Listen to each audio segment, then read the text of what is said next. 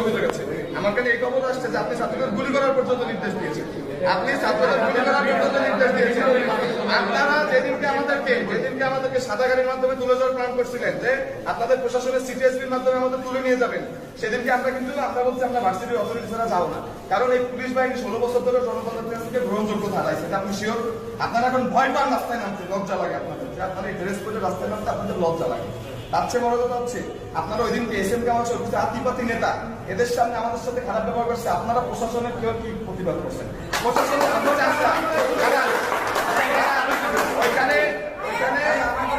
ওইখানে একজন senior citizen ছিল আমাদের অভিভাবক, তাকে রাজাকারের বাচ্চা বলে গালি দেওয়া হয়েছে। আপনি তখন কেন প্রতিবাদ করেন নাই?